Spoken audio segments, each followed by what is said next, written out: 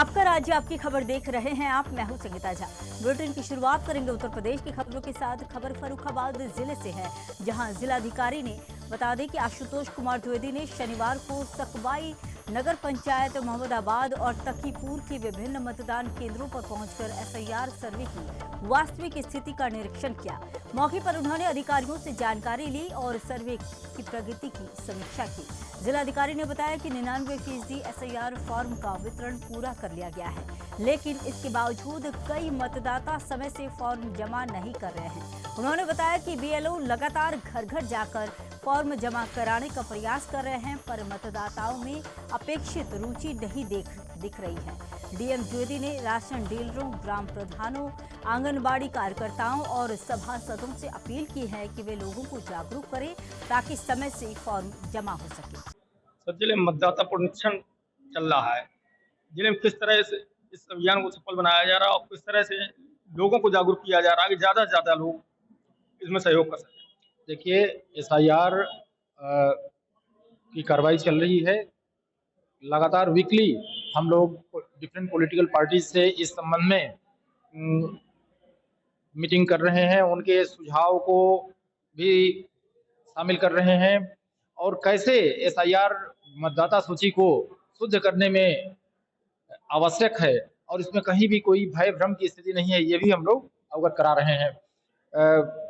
लगभग 99% गणना प्रपत्र हमारे लोगों को बांट दिए गए हैं। अब उनकी वापसी की तैयारी हो रही है। सभी लोगों से अनुरोध किया गया है और आह्वान भी किया जा रहा है कि अपना फॉर्म भरकर बीएलओ को दें। पॉलिटिकल पार्टी से भी रिक्वेस्ट किया गया है कि अपने बीएलओ के माध्यम से उसमें इनको सहयोग करें। कोई भी कंफ्यूजन किसी लेवल पर हो तो RO, ERO, AERO, deputy DO, DO को तत्काल संपर्क करें। हम सब लोग उसके समाधान के लिए तत्पर हैं। तो जिस तरह से प्रशासन पूरी तरह से प्रयास कर रहा है, उस तरह से मतदाता इसमें पूरी तरह से लापरवाही हो रहा था। ना तो फार्म समय से बीएलओ को उपलब्ध करा रहे हैं, बीएलओ घर घर चक्कर काटते हैं। ये स्थिति बहुत दयनीय हो रही है। इसमें किस तरह से काम किया जाएगा? हाँ, सभी नागरिकों से भी अनुरोध आह्वान मैं करता हूँ कि इसमें सकारात्मक सहयोग करें।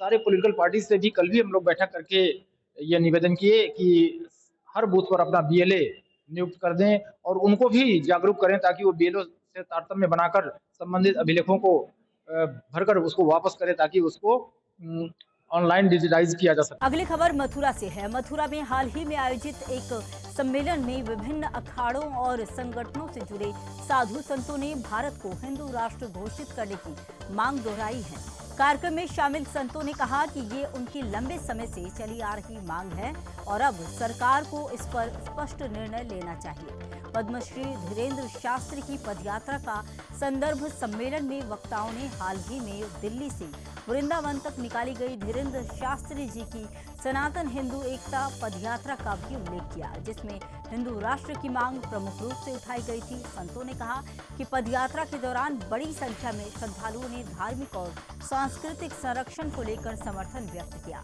सम्मेलन में कुछ प्रतिभागियों ने देश में जनसंख्या नियंत्रण संबंधी कानून बनाने की मांग की है। अगली खबर फर्रुखाबाद से है। बता दें कि डबल डेकर बसों के अवैध संचालन का मामला फिर सुर्खियों में आ गया है। परिवहन विभाग और जीएसटी अधिकारियों को शिकायतें मिली हैं कि कुछ बस संचालक अनुमानित मार्गों से बाहर डग्गामारी करते हुए दिल्ली, जयपुर और हरियाणा तक बसें चला रहे हैं, जिससे सरकारी राजस्व को भारी नुकसान पहुंचने की आशंका है। सूत्रों की अगर माने तो डबल डेकर बसों का रजिस्ट्रेशन सिर्फ शादी, पार्टी और समूह यात्राओं के लिए दर्ज है, लेकिन कई संचालक उन्हें यात्री परिवहन के रूप में उपयोग कर रहे हैं। रोडवेज बस स्टैंड के सामने से खुले तौर पर यात्रियों को बैठाने के आरोप लग रहे हैं, जिससे परिवहन विभाग और रोडवेज दोनों को राजस्व का नुकसान हो रहा है। जैसा कि आपको पता है, अखिल भारतीय विद्यार्थी परिषद विश्व का सबसे बड़ा